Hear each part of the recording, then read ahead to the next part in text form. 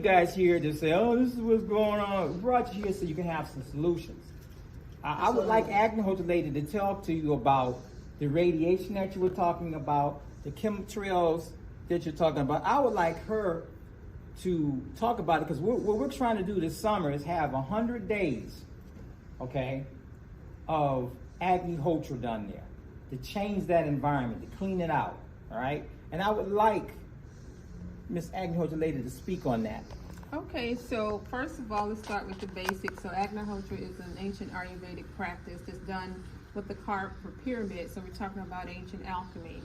And we use dried cow dung, rice, and ghee as the natural ingredients, and it's tuned to the circadian rhythm of nature. And so there's a rhythm, a cycle for everything. So within a 24-hour period of time, we do this at sunrise, and then we do this again at sunset. And then what happens is it cleanses the pathogenic bacteria from the air, it cleanses water, and it remediates soil. And so when we talk about pollution in the neighborhood, there are many forms of pollution, and you all were talking about things like that. So we're talking about the 5G, the electromagnetic pollution, and now they're talking about how the Earth's tilt is off. They've been talking about that since the 70s, okay? So now they cannot hide it. They were trying to come out with one time zone because they can't hide it. You're very educated. Well, I've studied for a long time. The whole building is going to collapse if you guys start talking. Well, go outside. So the thing is that all of these forms of physical pollution, it causes what we say in the yogic system, it causes thought pollution, and then it causes bad behavior. So the pollution actually is causing behavior problems in the children, and maybe the parents that are abusing the kids, and people that are drug dealing and doing things like that. So when you deal with the physical manifestation, then you can deal with what's happening with the mind. If you are breathing 2,500 gallons of air a day, what is that happening to your body if it's polluted? Then yeah, no wonder people are walking around here crazy and they shooting up the school and whatever. And sometimes if you look in the pictures on TV, they look dazed. It's like, and they'll say, well, I don't even remember what happened. And I actually believe it in a lot of those cases. So when we're talking about electromagnetic pollution, let's just talk about who we are as humans. So we're vibrant, vibratory electric beings. And so when you mess with the electromagnetic field, that means you're messing with the DNA. And then guess what? Our DNA is messed with animal DNA, soil DNA. So what we teach is that in Ayurveda, that if you have a sick planet, you have sick people, because we're a mirror of each other. If you have a healed planet, then you have healed people. And so with the microbiome, which is what Fred was talking about, the microbiome, that's across all of the living things. If you have an unbalanced microbiome, that reflects what's happening in our guts, in our immune system, things like that. So studies now are catching up, talking about that the communities that are gardening and they have vibrant gardens and they're eating their food, the crime goes low.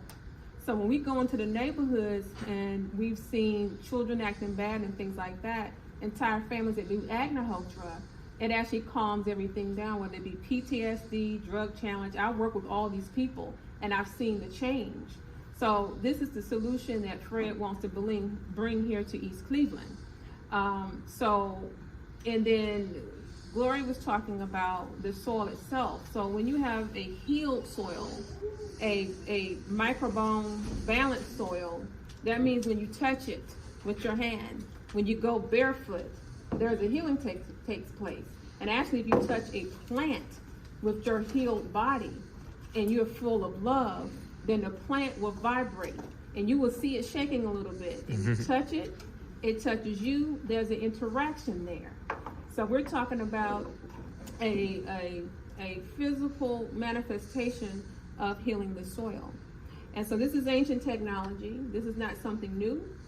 We just word it in a different way so people can understand it.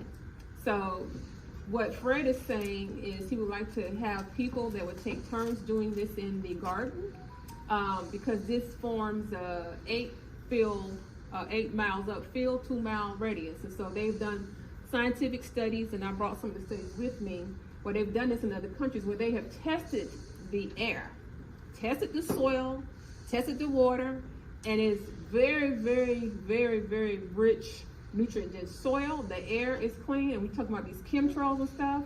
Ronnie can tell you, because where we're doing the fire all the time, people step out their car and they come where we are at our retreat. They're like, oh my God, it feels so different here. As a matter of fact, we had a horrible tornado in Conyers that wiped out, whatever, and I could hear it outside whistling. It didn't touch where we are.